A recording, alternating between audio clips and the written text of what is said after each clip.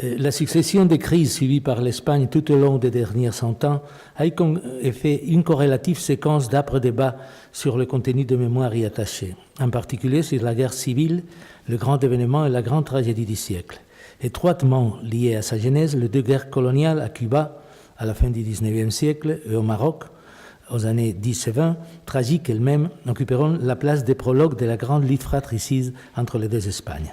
Ce ne sera pas tout du point de vue de la mémoire collective, puisque de 1968 à 2011, les années de plomb du terrorisme de l'ETA vont ouvrir un nouveau front de débat toujours présent aujourd'hui dans les Pays basques.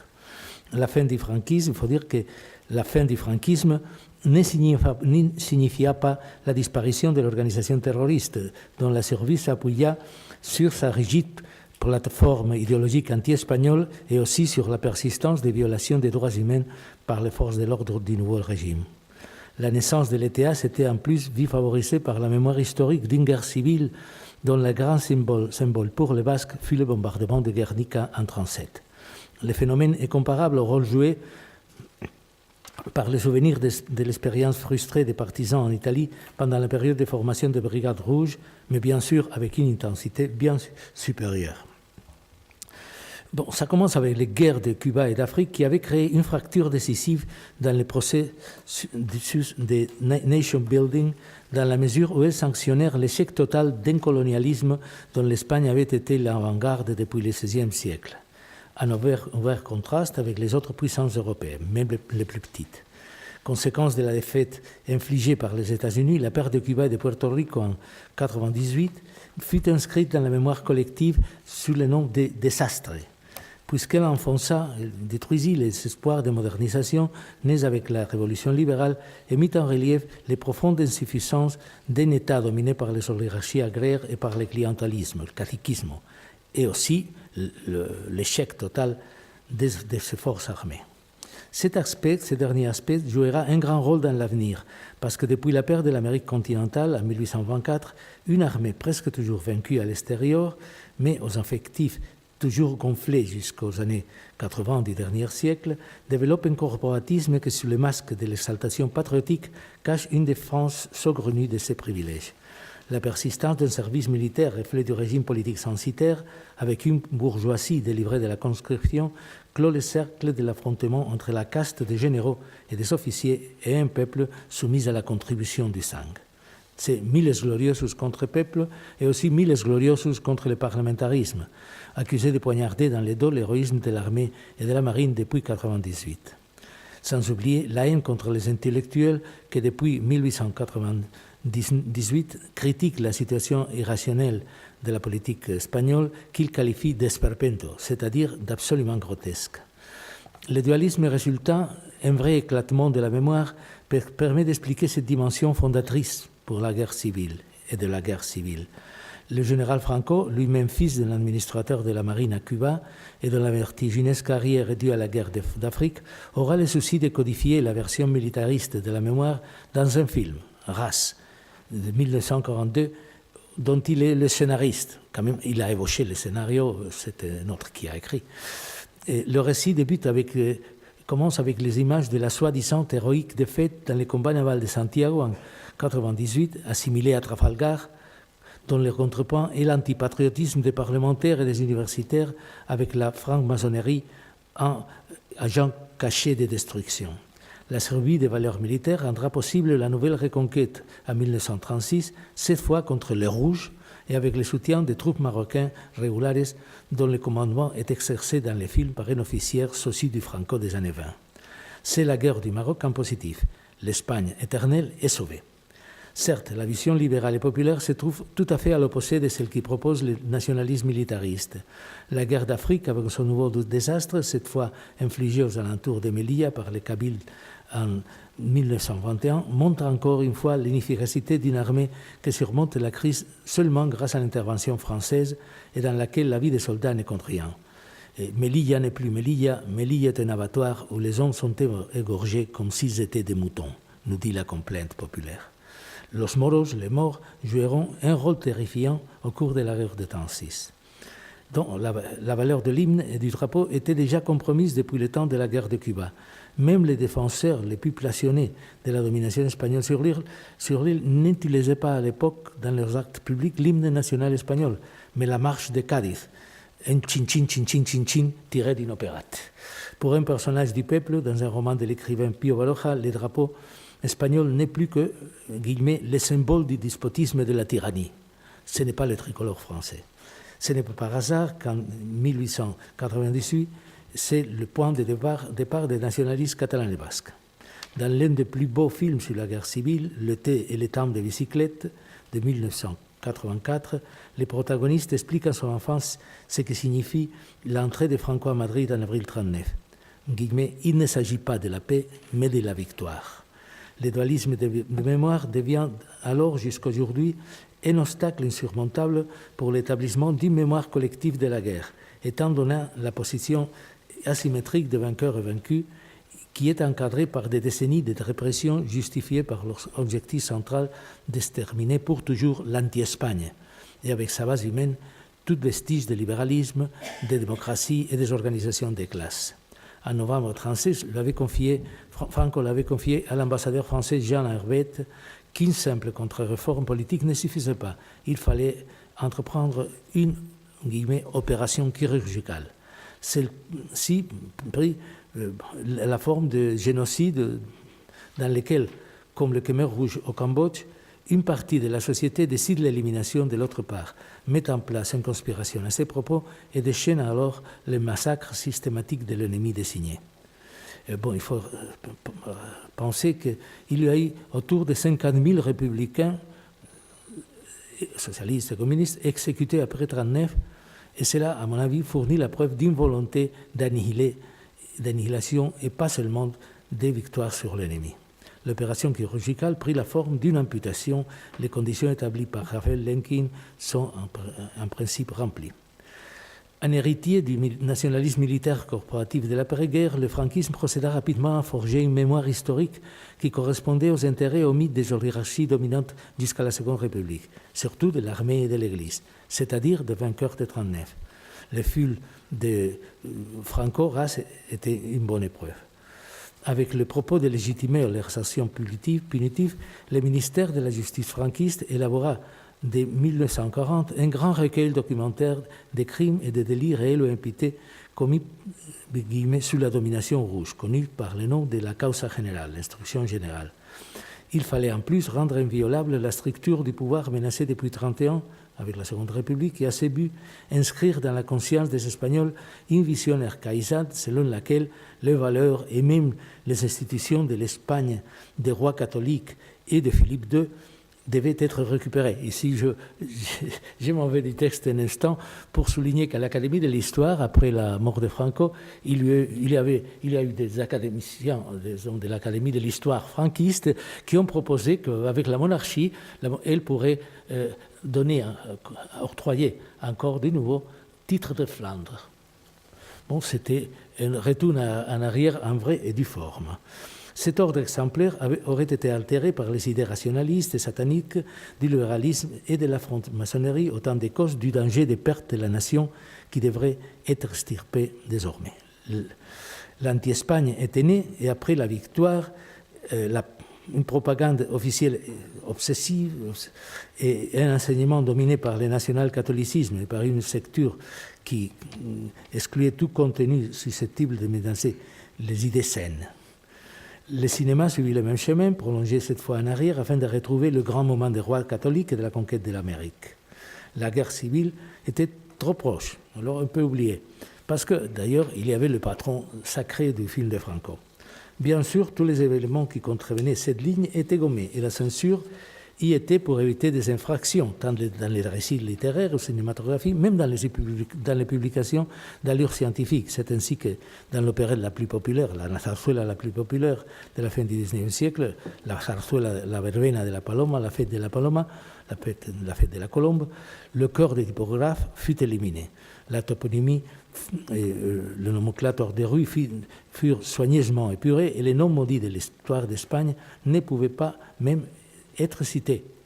Et bien sûr, ils ne pouvaient pas être étudiés. En 1995, l'année de la mort de Franco, un essai analytique sur le fondateur du Parti socialiste espagnol en 1879 eut comme conséquence pour l'auteur, que c'était moi, d'être accusé à la Cour d'ordre public par guillemets, incitation à la violence avec une peine demandée de 6 ans de prison.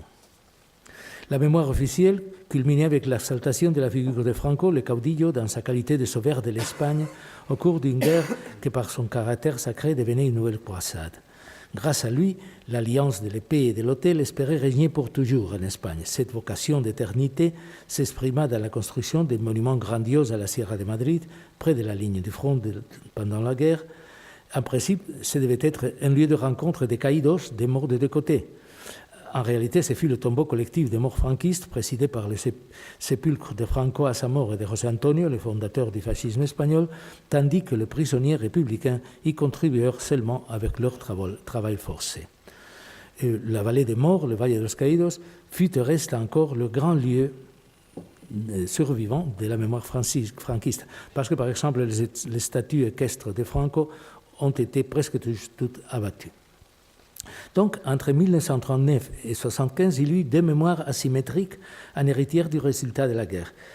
D'ailleurs, la mémoire antifranquiste de vaincus à l'intérieur de l'Espagne n'eut pas logiquement la possibilité de s'exprimer. Et étant donné la persistance de la répression, on put constater même un repli vers le silence des républicains, afin d'éviter que par inadvertance, un familier ou un fils ou un ami, la participation à la guerre ou au mouvement antifasciste de l'après-guerre de l'individu, du personnage, pourrait être découverte.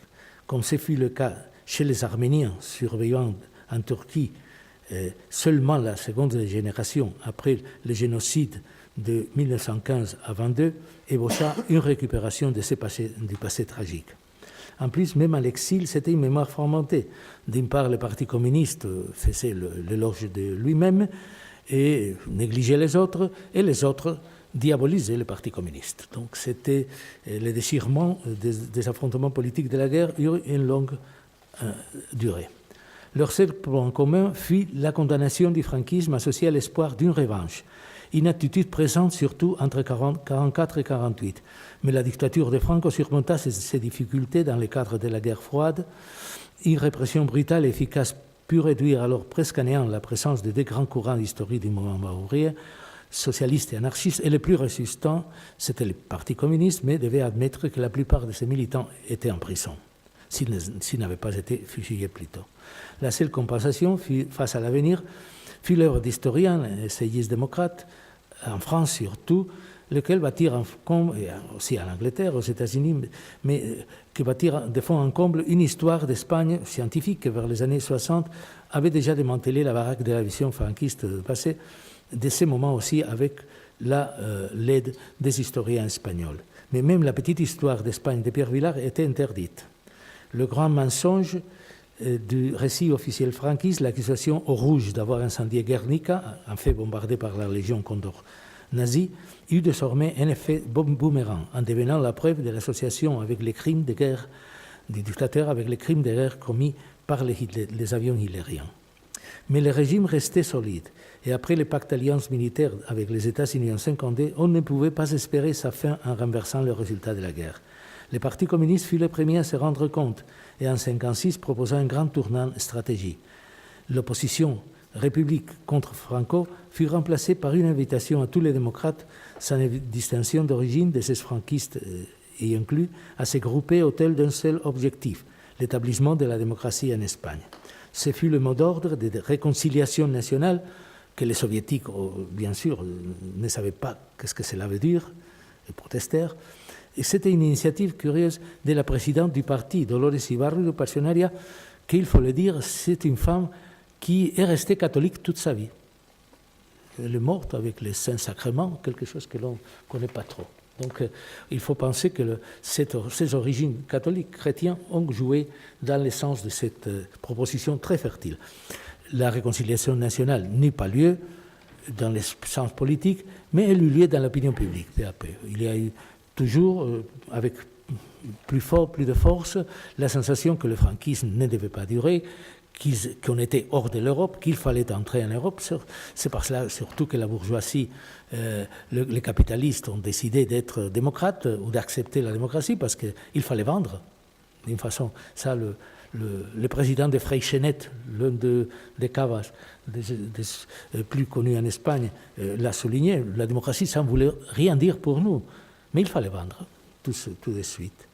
Les apologistes de Franco pouvaient insister sur le régime du 18 juillet, mais cela servait seulement à souligner le rôle de l'armée qui est resté le principal obstacle et menace pour une éventuelle démocratisation. Donc, après la mort de Franco, la réconciliation nationale devint une exigence technique de la démocratie, aussi par la présence de deux opposants, les franquistes et les antifranquistes, trop faibles pour atteindre leurs objectifs politiques. Alors, il y avait aussi la question des crimes et des délits commis par les forces de l'ordre, armée et police, jusqu'à la fin du régime, mais qui gardaient encore le pouvoir. Alors, il fallait le ménager. Et c'est par là, et pour la gauche, la mise en liberté des dirigeants ouvriers et politiques encore en prison était absolument nécessaire. Telle fut la tâche de la loi d'amnistie du 29 décembre 1977, proposée par des députés antifranquistes et approuvée presque à l'unanimité, selon laquelle étaient amnistiés tous les délits d'intention politique commis après le 18 juillet 1936. L'un des grands obstacles pour l'acceptation de la démocratie par la droite était ainsi levé. Bon, les résultats furent assez positifs pendant 20 ans, plus de 20 ans. La réconciliation fit normalement son cours. Bien sûr, Franco était condamné, mais même la gauche essayait d'épargner. Il y avait des policiers méchants, intorsionnaires, pas une police torsionnaire. On essayait toujours de ménager la situation. Et bon, résultat, en janvier 1996, le Parti populaire des anciens franquistes vota en faveur d'une loi qui octroyait la nationalité espagnole aux vétérans des brigades internationales. Je pense que c'est le moment culminant de ces printemps. Mais avec les siècles, la fausse concorde disparut. La peur avait réduit au silence les familles et amis des victimes au cours des premières années du franquisme. Mais 20 ans après la mort de Franco, la démocratie était consolidée et la possibilité de représailles avait disparu. On commença alors à revendiquer le passé des familiers et à se demander où avait été enterré, où est-ce qu'il avait été enterré les disparus ou exécutés à partir du 18 juillet 1936. En 2000, l'Association de la mémoire historique, constituée par des familles de victimes, entreprit les travaux de localisation des fosses communes et d'exhumation des corps. Guernica fut le symbole pour les nationalistes basques. La mort de Federico García Lorca, dont le corps n'a pas encore été retrouvé, fut le symbole du besoin démocratique de retrouver les républicains assassinés. Et nouveau pas en avant fut donné en 2006 par la loi de la mémoire historique approuvée par les socialistes et le Parti démocratique qui exprimait une condamnation sans réserve du régime de Franco et des délits contre l'humanité, en même temps qu'elle proposait la réhabilitation des victimes. Alors la surprise, quand même pour moi, vient du Parti populaire, les conservateurs, pas seulement pour avoir voté contre la loi, mais par la force de la campagne déclenchée dans les médias contre la dans le Congrès contre la récupération de la mémoire des vaincus au nom du besoin d'éloigner les fantômes de la guerre civile et de rester fidèle à la réconciliation nationale. En réalité, c'était une désagréable découverte. Les liens qui unissaient alors encore, il y a 10 ans, les partis populaires au franquisme. C'était quelque chose qui était presque oublié. Bon, il fallait dire que la recherche constata que le nombre de disparus était de plus de 140 000. Donc c'était un chiffre énorme. Et un juge Carson mit en marche l'élaboration des recensements des fusillés disparus enterrés dans les fosses communes après avoir reçu une plainte des associations de la mémoire historique. Alors, ce fut la guerre générale, la guerre des opinions et les attaques un peu partout. Disons un peu l'Espagne divisée en deux, encore une fois. Parce que le président socialiste Zapatero avait voulu changer les images autour du franquisme, mais pas du tout entrer dans une coûteuse bataille juridique, de manière que le procureur général, servant de l'État, désautorisa l'instruction des juges. Et de la part de la droite, surtout les juges conservateurs, lesquels parfois étaient des franquistes avoués, et déclenchèrent une guerre contre Garçon jusqu'au point de l'expulser finalement de la carrière juridique sous d'autres prétextes. Donc les deux mémoires restèrent face à face sans aucune chance laissée pour la convergence, parce que l'intransigeance est aussi de la part de l'Association de la mémoire historique de Sion, qui refuse toujours l'idée de reconnaître, par exemple, que la tuerie de 4000 gens de droite officiers en novembre 1936 près de Madrid, ce fut, je pense clairement, sous ordre de Moscou, d'accepter que cela était aussi un crime contre l'humanité. Donc le temps de la réconciliation, de la mémoire collective n'est pas encore arrivé en Espagne. Mais il y a cet autre grand débat au rapport au terrorisme basque de l'ETA, et les faits sont ici loin d'être éteints. La guerre civile avait eu des caractéristiques propres au Pays basque, coupé géographiquement du reste du territoire républicain des octobre 1936 et dirigé par un front national, en réalité un gouvernement nationaliste, et une indépendance, quasi-indépendance de facto.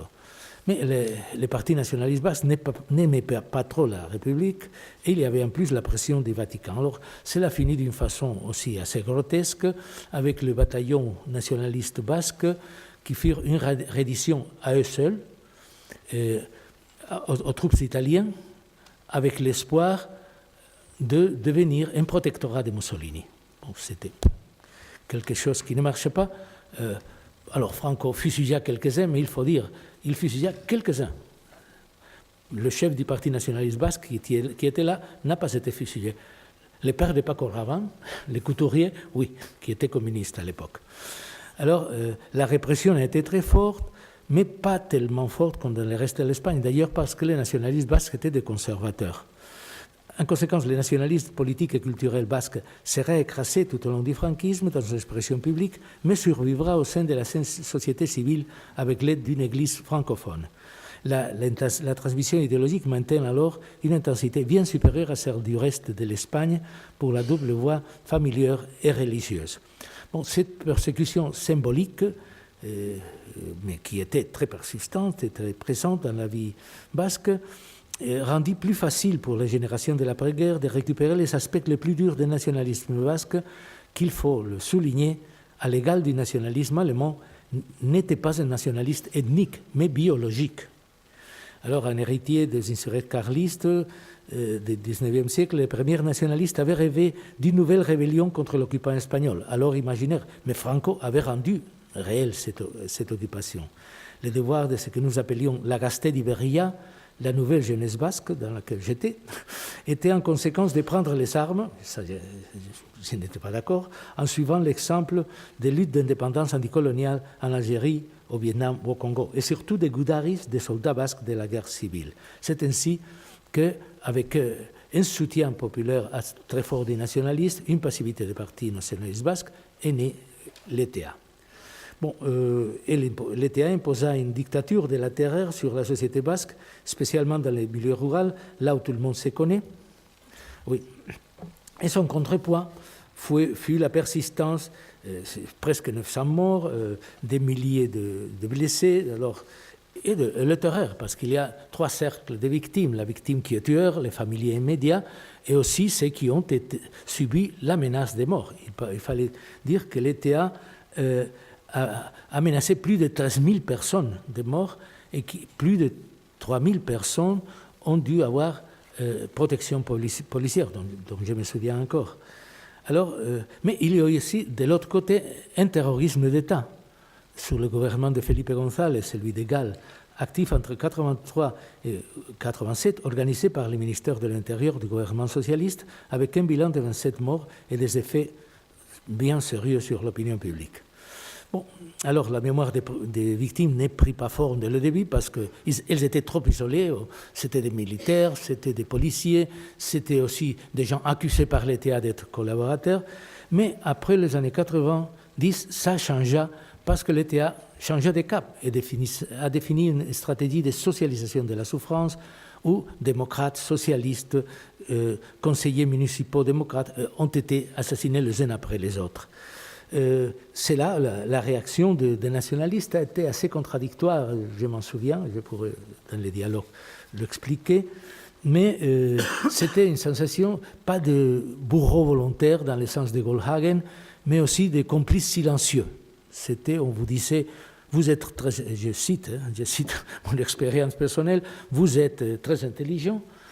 Non, ça me fait, je suis dégoûté par ce qui va vous arriver. Vous êtes très intelligent, mais vous faites beaucoup de mal à Euskadi. C'est ce qu'une dame nationaliste d'une famille amie m'a dit. Et c'était une position très, très difficile. Bon, enfin, il faut dire qu'après la disparition de l'ETA, les choses ont changé. Il n'y a plus cette pression, ce qui est formidable. Il y a une vraie ambiance de réconciliation nationale au Pays Basque. Le problème, c'est qu'il y a 3 mémoires en conflit. La mémoire des victimes qui insiste, bon, il faut ne pas oublier, il faut que les coupables condamnent leurs crimes, il faut que les coupables aussi dévoilent plus de 300 crimes pas expliqués jusqu'au présent. Et, bon, et les historiens sont de ces côtés. L'ETA joue un rôle contradictoire, mais toujours en exaltant la lutte. Donc, ils sont pour toutes les victimes, mais comme c'est logique, ils appuient leurs victimes. Tandis que les partis nationalistes basques, au centre, essayent de faire une mémoire de paix et de convivence qui, en réalité, met tous dans le même panier. Et qui, je pense que du point de vue politique, c'est très efficace parce que ça répond à cette société basque qui, en réalité, n'a pas lutté contre le terrorisme. Donc, on se trouve dans ce mélange de situations. Je dois dire que ma position, que je ne peux pas déployer ici, c'est une position que je ne pense pas que l'amnésie soit positive. Je ne pense pas que la continuité soit tellement normale après des crises de ce genre. L'amnésie est tout à fait négative. Cela ne veut pas dire ne pas pardonner, mais aussi ne pas oublier. Pourquoi ? Parce qu'après le 1945, vous avez Marine Le Pen, vous avez les néo-nazis allemands. Alors, ce n'est pas seulement une question morale, c'est aussi une question pragmatique.